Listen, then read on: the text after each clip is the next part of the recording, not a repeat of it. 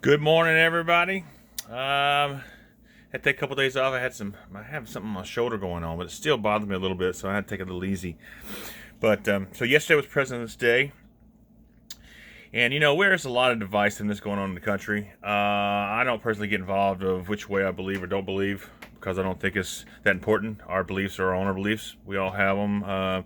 Even religion, what we do to say to our kids, and how we parent, all that stuff. So. It's just really, we have things that we know that's not definitely acceptable for the most part, that most people can agree on. But for the most part, we all have our own ways of doing things. So, but it got me to thinking about how, and it's when me and my journey here with getting healthy, of how we sit there and we're worried about the climate of the political stuff, but we don't really think about how much our food is impacting us and how we need to be worrying more about that. I mean, I can go on for days about all kind of things about how we're losing soil supply and all that fun stuff. But I just want to quickly talk about something that most people don't even really think about. The American Heart Institute, for one instance. So they received most of their funding from food and pharmaceutical industries. And so people maybe not know that. And they also just recently declared that coconut oil is harmful because it contains saturated fat. So, and despite there was not even one controlled trial, or study showing that organic coconut oil causes cancer. I mean, a heart attacks was what they were talking about, because the Heart Institute.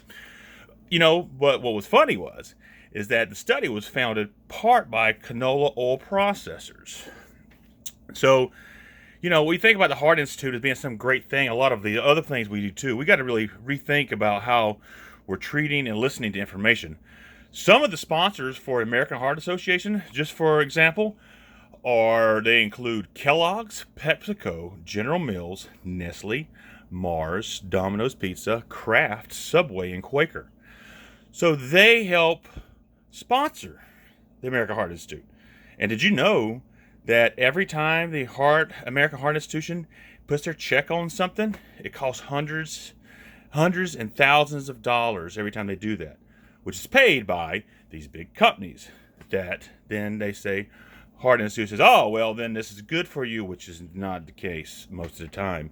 So we really need to think about how we need to get into our local government and how to help change food laws and how it pertains to what they're saying is healthy and not healthy and all that stuff. And again, I can go on this forever, but because of President's Day, it got me thinking about how we need to really be focusing more. I mean, all that stuff's important, but don't get me wrong. The environment, and I mean, I get it. I mean, there's a lot of stuff, but our food supply and how it's treated and how we're slowly and how much diseases we're having is directly related to all these big companies and these big places like American Heart that says this is good for you, and they give their check because they're getting a lot of money. The FDA, we don't get anyway. Y'all know the deal. I'm gonna go on for hours about this. It's just you got to be really careful about what you listen to and what you are taking in your body. So, with that, y'all have a quintessential Tuesday.